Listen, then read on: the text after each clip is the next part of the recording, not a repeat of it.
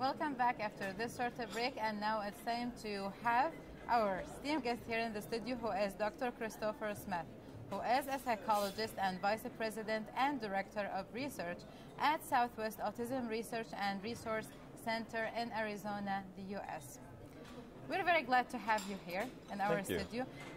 You had a session yesterday regarding one of the apps that you innovated and using technology in the diagnostic process for children with autism. Can you please talk more about the app, about the mechanism, how it really works, and your experience with it? Sure. So the app is called... You invented, right? Partially, okay.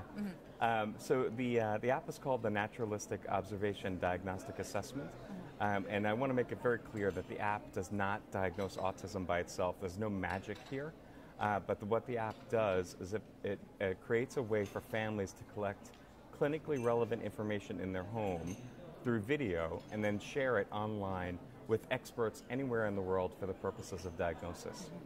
So families will use this in their home, and the app guides them to collect video in 4 different situations that present many opportunities for children to display typical social communicative behavior. And can we use it for children since what age? Between the ages of 18 and 6 years. 18 months and 6 years. So am I as a parent can really know before even doctors if my child has autism or not? Yes. A parent can go and download this app onto their phone, follow the instructions, answer a few brief questions, upload some videos, and it's all secure. They're a secure HIPAA and FERPA compliant websites, so nobody's going to access their confidential information or see their videos other than the professionals that will log in to evaluate the videos and let the parents know whether or not their child has autism. And when did that app come out? About 2015 is when we did the original development and validation studies on this app. And what we did to validate it is we compared it to in-person diagnostic assessment, which is the current gold standard way to diagnose autism. So families would come into the center and they would complete a diagnostic interview with a psychologist, and then their child would go through structured observational assessments, and then a psychologist would review all of the information and they would make a diagnosis from the in-person diagnostic assessment. Separately, the parents would go home and they would complete the NODA app protocol and upload their videos, and another clinician who was blinded to the whole process of what happened during the in-person assessment would go and watch the videos and extract all of the information that they needed to support a diagnosis of autism. Then we compared the results from the 2 methods, and we found that NODA agreed with the in-person diagnostic assessment in 85% of the cases that were evaluated. Very great. And how was the interaction with families? What was the reaction? How many families, large number? It's still early stages of families using it. What's here? In the research, we recruited 50 families to participate in both of those procedures, and their response was very positive to NODA. They said that it was very easy to use. They liked how quickly they got results. They liked how they were able to be connected to professionals anywhere in the world. They liked all of that. Since then, a handful of families have used it on a commercial basis, and they echoed the same type of positive responses. They loved how quickly they got a response, how they had some concerns about their child's development, and 3 weeks later they had some additional information to tell them that their child may or may not have autism.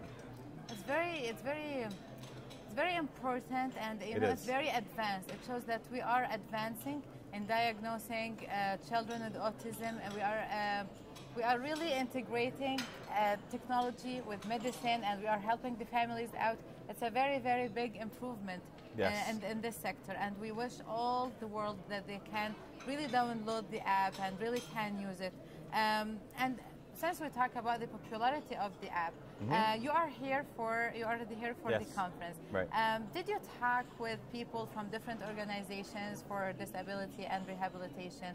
How did you see the willingness of them to, to integrate such an app and to use technology? And what are your thoughts on this? I did, and I've had many conversations with local organizations about this app and about the procedure.